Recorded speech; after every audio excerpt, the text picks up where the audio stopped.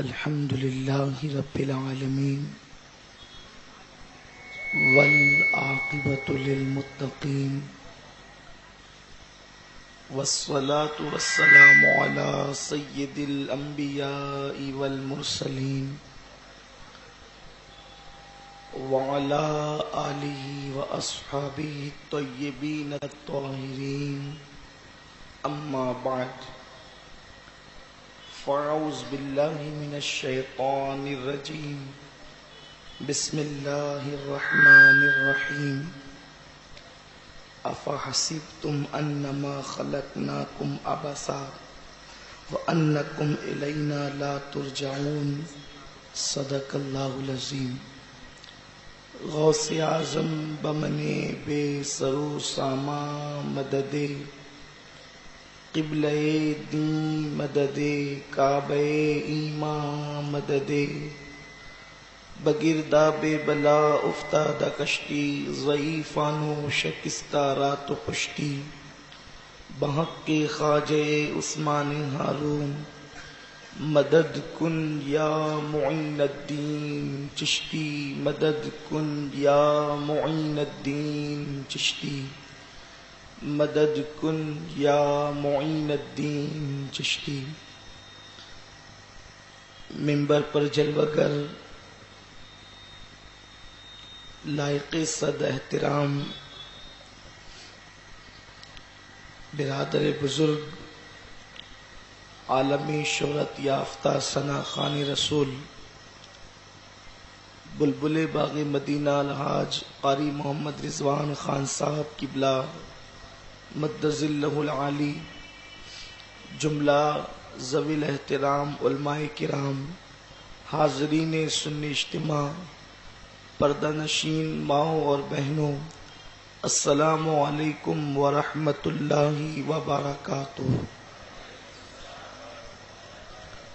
آئیے ہم اور آپ مل کر انتہائی عقیدت و محبت کے ساتھ اپنے اور ساری کائنات کے مرکز عقیدت انیس بے کساں چارہ ساز درد منداں ہم غریبوں کے غم گسار مصطفیٰ جان رحمت شمع بزم ہدایت شب اسرا کے دولہا نوشے بزم جنت دانائے سبل مولائے کل ختم الرسل آب و گل انبیاء جانو دل اصفیاء حضور رحمت تمام خلاصہ کائنات فخر موجودات احمد مجتبی محمد مصطفیٰ ارواحنا فدا صلی اللہ تعالی علیہ وسلم کی بارگاہ بے کس پناہ میں جس طریقے سے میں پڑھا ہوں آپ بھی میرے ساتھ مل کر بآواز بلند پڑھیں۔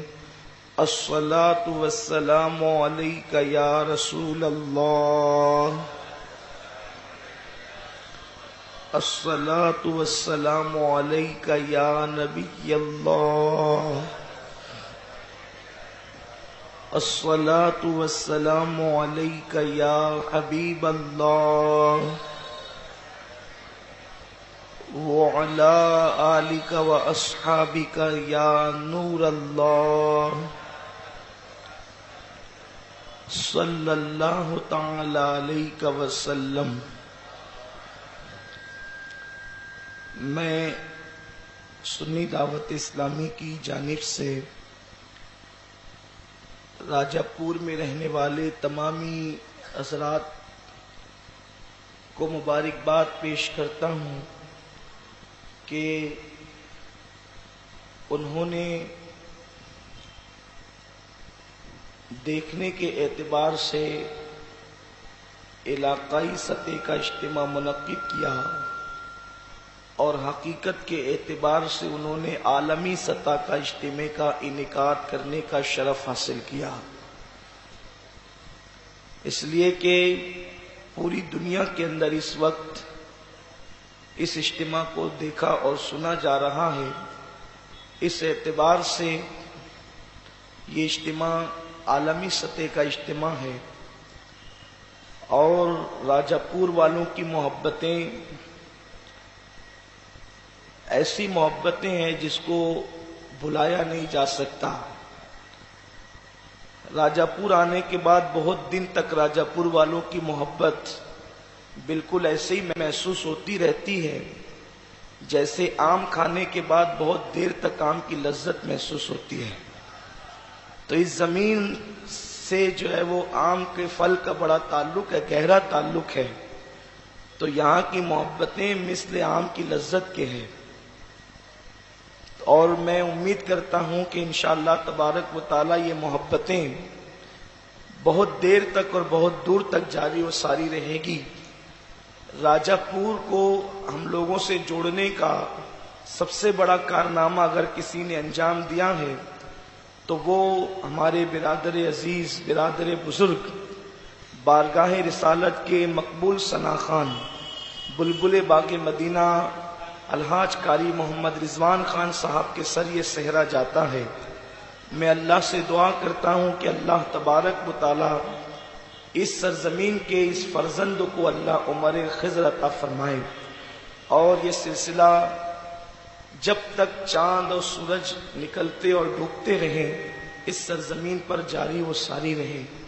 میرے پیارے آقا صلی اللہ تعالی علیہ وسلم کے پیارے دیوانوں، جس آیہ کریمہ کی تلاوت کرنے کا میں نے شرف حاصل کیا ہے، اللہ تبارک و تعالی اس کے متعلق مجھے حق کہنے اور آپ تمامی حضرات کو حق سن کر اس پر عمل کرنے اور اسے عام کرنے کی توفیق عطا فرمائے۔ امام فرماتے ہیں، راہ پرخار ہے کیا ہونا ہے، پاؤں افگار ہے کیا ہونا ہے، تیرے بیمار کو میرے عیسیٰ غش لگاتار ہے کیا ہونا ہے، اور دل ہمیں تم سے لگانا ہی نہ تھا اب سفر بار ہے کیا ہونا ہے، کل وہاں دید کا دن اور یہاں آنکھ بیکار ہے کیا ہونا ہے، اور کیوں رضا کڑتے ہو ہنستے اٹھو جب وہ غفار ہے کیا ہونا ہے۔ میرے پیارے آقا صلی اللہ تعالی علیہ وسلم کے پیارے دیوانوں، انسان اس زمین کے اوپر آیا اور انسان اس زمین کے اوپر انسان نے قدم رکھا۔ انسان کا زمین کے اوپر آنا، یہ زمین پر قدم رکھنا، یہ اللہ کی طرف سے انسان کا سب سے بڑا امتحان ہے۔ اللہ تبارک و تعالیٰ نے ہمیں زمین کے اوپر جو بھیجا ہے، وہ زمین کے اوپر اللہ نے ہمیں کس مقصد کے لیے بھیجا ہے، ایک متعینہ مدت کے لیے بھیجا ہے اور کسی خاص مقصد کے لیے بھیجا ہے۔ میں نے جس آیہ کریمہ کی تلاوت کی ہے، اللہ تبارک و تعالیٰ ارشاد فرماتا ہے، کیا تم یہ گمان کرتے ہو کہ اللہ نے تمہیں عبث پیدا فرمایا؟ کیا تمہیں اللہ نے فضول پیدا فرمایا؟ کیا اللہ نے تمہیں بے مقصد پیدا فرمایا؟ اے نادان انسان، اگر تو چھوٹا سا پودا لگاتا ہے اس کو بھی تو کسی نہ کسی مقصد کے لیے لگاتا ہے، تو کہیں پر پتھر رکھتا ہے کسی نہ کسی مقصد کے لیے رکھتا ہے، تو چھوٹی سی ٹوپی خریدتا ہے کسی نہ کسی مقصد کے لیے خریدتا ہے، تو کوئی کام کرتا ہے کسی نہ کسی مقصد کے لیے کرتا ہے۔ بلکہ آج کی اس خود پرست اور خود فراموش دنیا کو دیکھ کر میں تو یہ کہتا ہوں، انسان اگر کسی کو دیکھ کر مسکراتا ہے تو بھی اپنے مطلب کے لیے مسکراتا ہے، تو بھی کسی نہ کسی مقصد کے لیے مسکراتا ہے۔ آج تو لوگ کسی کو دیکھ کر بغیر مقصد کے مسکراتے بھی نہیں۔ لوگ اتنے خود غرض ہو گئے، لوگ اتنے مطلب پرست ہو گئے کہ مسکرانے میں بھی کوئی نہ کوئی مقصد درپیش ہوتا ہے، کوئی نہ کوئی مقصد ہوتا ہے۔ لیکن حیرت کی بات ہے، کسی کو دیکھ کر مسکرانے والا انسان جب بغیر مقصد کے نہیں مسکراتا تو وہ انسان یہ کیوں غور نہیں کرتا، جب میرا مسکرانا بھی بغیر مقصد کے نہیں، میرا رونا بھی بغیر مقصد کے نہیں۔ آج کی مادیت کی اس دنیا میں اگر ہم کسی کے جنازے میں بھی جاتے ہیں تو کوئی نہ کوئی مقصد لے کر کے جاتے ہیں۔ اللہ اکبر، انسان ذرا سوچ تو صحیح کہ آج کی اس مادیت کی دنیا کے اندر مقاصد انسان کے نزدیک کتنے قیمتی اور اہم ہو گئے ہیں، تو آخر انسان یہ کیوں نہیں سوچتا جب میرا کوئی کام مقصد کے بغیر نہیں ہے تو اللہ نے مجھے بے مقصد کیوں پیدا کیا ہوگا، اللہ نے مجھے عبث کیوں پیدا کیا ہوگا؟ اور اللہ فرماتا ہے کیا تم یہ سوچتے ہو کہ اللہ نے تمہیں بے مقصد پیدا کیا، تمہیں فضول پیدا کیا اور تم کو اللہ کی طرف پلٹ کر نہیں جانا؟ اس کا مطلب یہ ہے زمین کے اوپر آنے والوں تمہیں اللہ کی طرف پلٹ کر جانا ہے، تمہیں اللہ کی طرف لوٹنا ہے، تمہیں اللہ کی طرف واپس جانا ہے۔ میرے آقا صلی اللہ علیہ وسلم کے پیارے دیوانوں، ہمارا زمین پر آنے کا مقصد کیا ہے؟ اللہ نے زمین پر ہمیں کیوں بھیجا ہے؟ تو ایک مقام پر میرا کریم ارشاد فرماتا ہے الذی خلق الموت والحیات لیبلوکم ایکم احسن عملا، ہم نے زندگی اور موت کو پیدا کر کے انسان کو آزمایا ہے کہ کون تھوڑی سی زندگی کو پا کر اچھا عمل کرتا ہے۔ اور ایک مقام پر قرآن ارشاد فرماتا ہے وما خلقت الجن والانس الا لیعبدون، ہم نے جن اور انس کو اپنی عبادت کے لیے پیدا فرمایا۔ میرے پیارے آقا علیہ السلام کے پیارے دیوانوں، انسان شاہکار قدرت ہے، اللہ کی قدرت کا شاہکار ہے انسان۔ انسان وہ انسان ہے کہ اگر اللہ رب العزت کی پوری کائنات کو سمیٹ دیا جائے تو انسان کا وجود ترتیب پاتا ہے۔ انسان کو صوفیاء کرام نے کائنات اصغر کہا ہے، یعنی چھوٹی کائنات کہا ہے۔ آپ اندازہ فرمائیں انسان کی شان یہ ہے، میرے آقا صلی اللہ علیہ وسلم کے پیارے دیوانوں، آپ کہیں گے کہ جب انسان کائنات اصغر ہے اور چھوٹی کائنات ہے تو کائنات کے اندر تو عرش بھی ہے، تو کیا انسان میں عرش بھی ہے؟ تو آپ کو پتا چلے گا ہاں، اللہ کے حبیب صلی اللہ علیہ وسلم نے فرمایا مومن کا دل اللہ کا عرش ہوا کرتا ہے۔ میرے آقا صلی اللہ علیہ وسلم کے دیوانوں، تو جس انسان کو اللہ نے چھوٹی کائنات اصغر اور انی عالم و مالا تعلمون کے راز کے تحت پیدا فرمایا، اپنے دست قدرت سے پیدا فرمایا، اس انسان کی پیدائش کا مقصد یہ ہے کہ وہ اللہ کی عبادت کرے۔ ہم زمین پر اللہ کی عبادت کے لیے آئے ہیں، اللہ نے ہمیں عبادت کے لیے پیدا فرمایا ہے، لیکن کم نصیبی یہ ہے جس انسان کو اللہ کی عبادت کے لیے پیدا کیا ہے وہ انسان اللہ کی عبادت سے غافل ہے، وہ انسان اللہ کی عبادت سے دور ہو چکا ہے۔ میرے آقا صلی اللہ علیہ وسلم کے پیارے دیوانوں، آج اپنی دل سے شوق عبادت دور ہوتا جا رہا ہے، بالخصوص نوجوانوں کے دل سے شوق عبادت دور ہوتا جا رہا ہے۔ آج اپنی پوزیشن یہ ہے، آج اپنا حال یہ ہے، ہم ہر کام کے لیے وقت نکالتے ہیں لیکن اللہ کی عبادت کا وہ شوق نہیں، اللہ کی عبادت کا وہ ذوق نہیں، اللہ کی عبادت کا وہ جذبہ نہیں جو ہمارے اسلاف میں موجود تھا۔ میرے آقا صلی اللہ علیہ وسلم کے دیوانوں، آج یہ میں آپ کو بتاؤں اللہ اکبر کیا انداز تھا گناہوں سے بچنے کا اور نیکیاں کرنے کا، اس لیے کہ عبادت نام ہے اپنے آپ کو گناہوں سے بچانے کا اور نیکیاں کرنے کا۔ بعض لوگ یہ تصور کرتے ہیں کہ صرف نیکیاں کرنے کا نام عبادت ہے، بلکہ عبادتوں میں سب سے بڑی عبادت یہ ہے کہ انسان اپنے آپ کو گناہوں سے بچائے اور اس کے بعد نیکی کرے۔ اگر انسان کم نیکی بھی کرے اور زیادہ گناہوں سے بچے تو وہ سب سے بڑا عبادت گزار ہوا کرتا ہے۔ ایک مرتبہ اللہ اکبر ایک صحابیہ بارگاہ رسالت مآب صلی اللہ علیہ وسلم میں حاضر ہوئی، غالباً حضرت ام سلیم رضی اللہ تعالیٰ عنہ، اور آ کر عرض کرتی ہیں یا رسول اللہ صلی اللہ تعالیٰ علیہ وسلم ہجرت کسے کہتے ہیں اور ہجرت کیا ہے؟ تو اللہ کے حبیب صلی اللہ علیہ وسلم فرماتے ہیں گناہوں سے بچنا یہ سب سے بڑی ہجرت ہے۔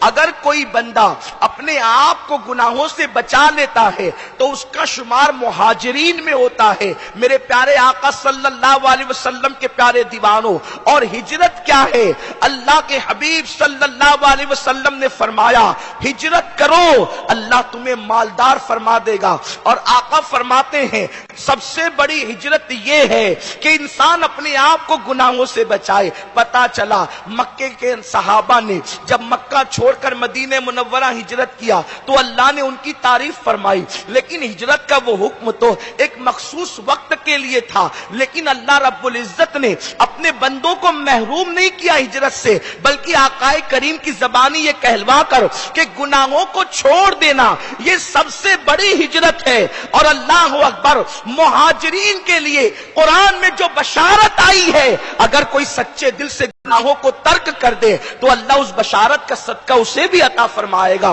میرے آقا صلی اللہ علیہ وسلم کے پیارے دیوانوں، یعنی اس کا شمار بھی مہاجرین کے اندر ہوگا، ہجرت کرنے والوں میں ہوگا، اور آقا کریم تو فرماتے ہیں سب سے بڑی ہجرت یہ ہے کہ انسان گناہوں کو ترک کر دے، انسان گناہوں کو چھوڑ دے۔ اللہ اکبر، لیکن میں آپ سے پوچھنا چاہتا ہوں، گناہوں کو چھوڑنا بڑا مشکل کام نظر آتا ہے، اس لیے کہ انسان گناہوں کی لذت کے اندر اس قدر ڈوب چکا ہے، اس قدر ڈوب چکا ہے کہ اس سے گناہوں کی عادت ایسی ہو گئی کہ گناہ اس کی عادتیں ثانیہ بن چکے ہیں، گناہ اس کی طبیعتیں ثانیہ بن چکے ہیں، گناہ اس کی فطرتیں ثانیہ بن چکے ہیں۔ مگر آج میں آپ کو بتاؤں، اللہ کے حبیب صلی اللہ علیہ وسلم نے ارشاد فرمایا، آقا کریم صلی اللہ علیہ وسلم فرماتے ہیں کہ میرے اللہ نے مجھ سے کہا، اے محبوب، جب میرا کوئی بندہ میری عبادت کرتا ہے اور گناہوں سے بچتا ہے تو میں اس کو برکت عطا کرتا ہوں، اور جب اس کو برکت دیتا ہوں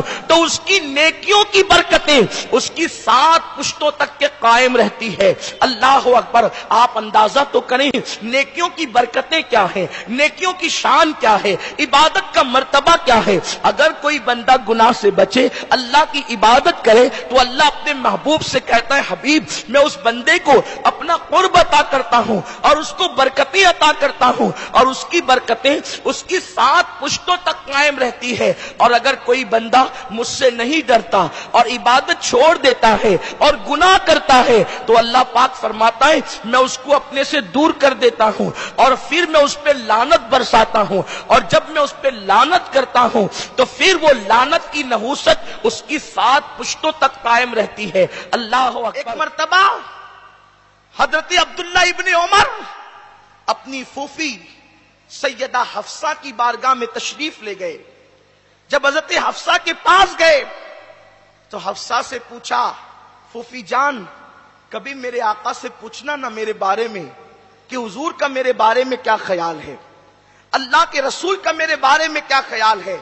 حضرت عبداللہ ابن عمر نوعمر صحابی تھے، چھوٹی عمر کے صحابی تھے، آقا کریم صلی اللہ علیہ وسلم کے ظاہری آخری دور میں وہ ابتدائی عمر میں تھے، ابتدائی جوانی میں تھے، تو انہوں نے اپنی پھوپھی ام المومنین سیدہ حفصہ سلام اللہ علیہا سے کہا کہ آپ آقا سے میرے بارے میں پوچھنا، آپ حضور کی بیوی ہیں، حضور آپ کو بتائیں گے کہ میرے بارے میں اللہ کے حبیب کا خیال کیا ہے۔ جب سرکار تشریف لائے تو حضرت حفصہ نے کہا، یا رسول اللہ، عبداللہ ابن عمر کیسا ہے، یعنی عمر کا بیٹا عبداللہ کیسا ہے؟ تو اللہ کے حبیب نے فرمایا، لڑکا تو بہت اچھا ہے، لیکن اس کی خرابی یہ ہے کہ وہ پوری رات سو کر کے گزار دیتا ہے، یعنی عشاء کی نماز تو پڑھتا ہے میری اقتداء میں، فجر کی نماز بھی پڑھتا ہے، لیکن اس کی خرابی یہ ہے کہ وہ رات سو کر گزارتا ہے۔ کیا مطلب؟